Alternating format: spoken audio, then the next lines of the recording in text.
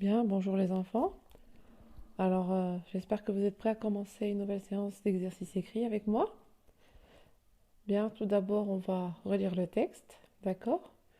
Vous allez prendre votre fichier numéro 2 à la page 80, d'accord? Alors, jeu de devinettes. Vous savez maintenant ce que c'est que des devinettes, d'accord? Jeu de devinettes. Sur le bateau vers l'Écosse, Max et Zoé jouent aux devinettes. Je suis un pays où on boit du thé, pardon, où on mange du riz et où il y a beaucoup d'habitants, dit Max. Qui suis-je? Vous voyez, chaque devinette, elle commence par je suis. Je suis un pays, d'accord? Et elle se termine par une question qui est qui suis-je? D'accord? Que répond Zoé? La Chine? Demande Zoé. Exact, répond Max. À toi maintenant.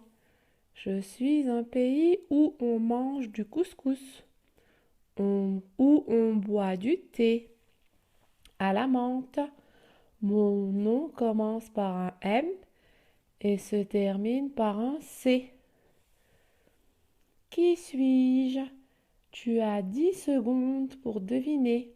Vous savez, le mot devinette, ça vient du verbe deviner, d'accord? Ça veut dire essayer de penser à ce que pense quelqu'un d'autre. Voilà, essayez de savoir ce que pense quelqu'un d'autre, pardon. Bien, c'est le Maroc, s'exclame Max sans hésiter. À mon tour, je suis un pays où on parle anglais, où on va passer nos vacances. Qui? Facile, dit Zoé, c'est l'Écosse. C'est encore loin? Regarde, voilà la côte, lance Max, tout heureux. Je prendrai ma revanche au retour. Voyez? Bien, je lis les mots de la rubrique Julie.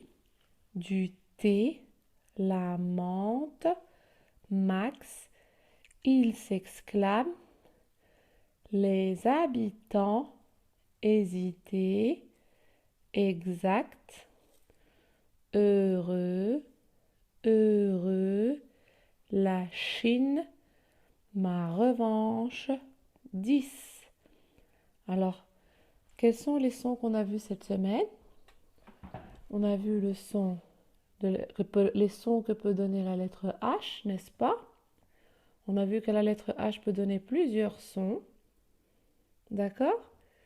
Et les sons que peut donner la lettre X. Quels sont les sons que peut donner la lettre H? Vous les savez maintenant. La lettre H peut me donner le son. Elle peut être muette, d'accord? Comme dans heure, une horloge, hésiter, habiller, un homme.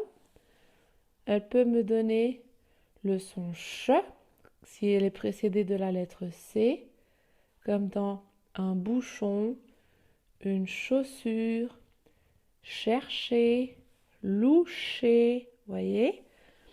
Elle peut me donner le son F, comme dans pharmacie, un pharaon, une photo, d'accord?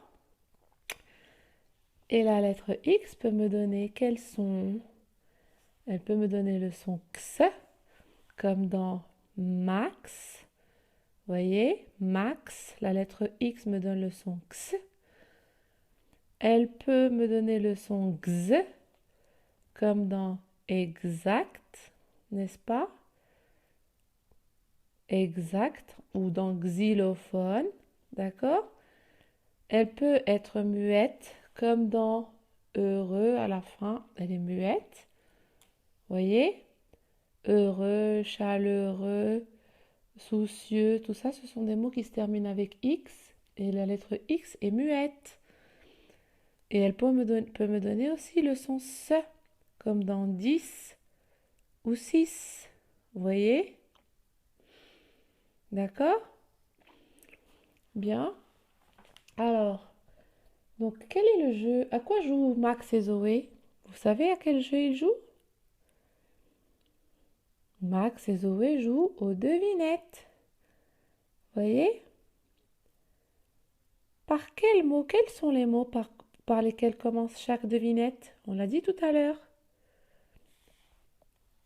Chaque devinette commence par je suis. Voyez? Ou je suis un pays si vous voulez. Je suis un pays. D'accord? Et par quelle question se termine chaque devinette? Quelle est la question que chacun d'entre eux pose à la fin? C'est qui suis-je? Qui suis-je? D'accord?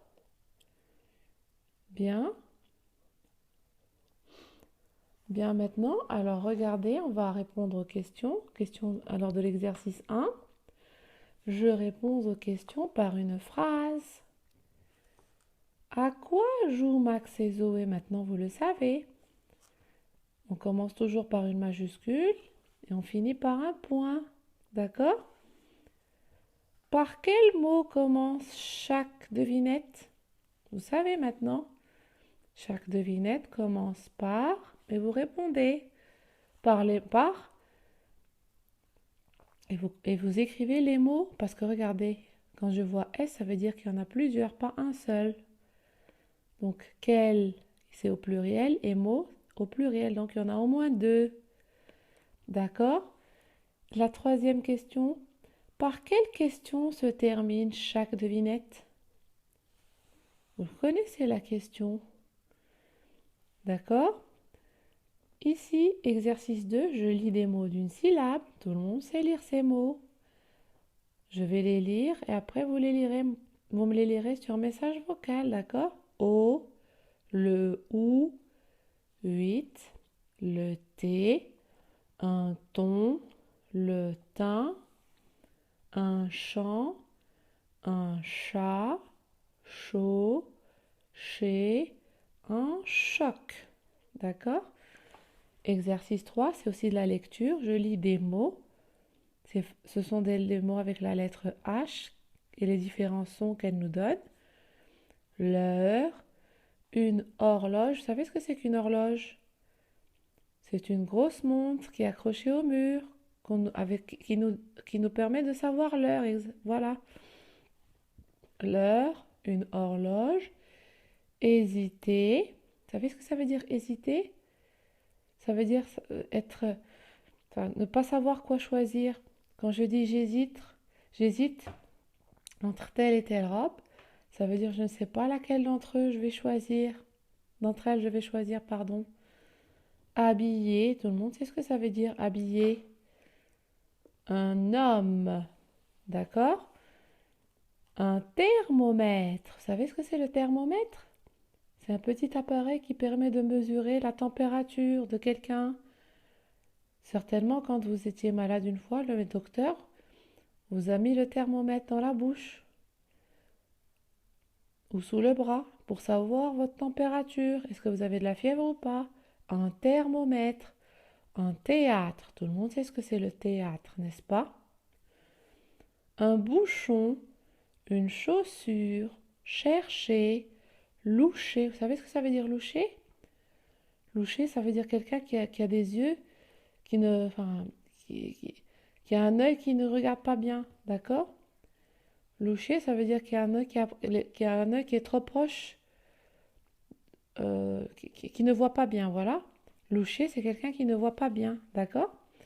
Une pharmacie, un pharaon, une photo. Vous voyez? Exercice 4, je classe les mots dans le tableau. Je vois la lettre H et j'entends ch. Ça, c'est le son ch. J'entends le son ch dans cette colonne. Vous écrivez les mots, la lettre H nous donne le son ch. Et maintenant, dans la deuxième colonne, je vois la lettre H et j'entends le son f. Vous vous souvenez?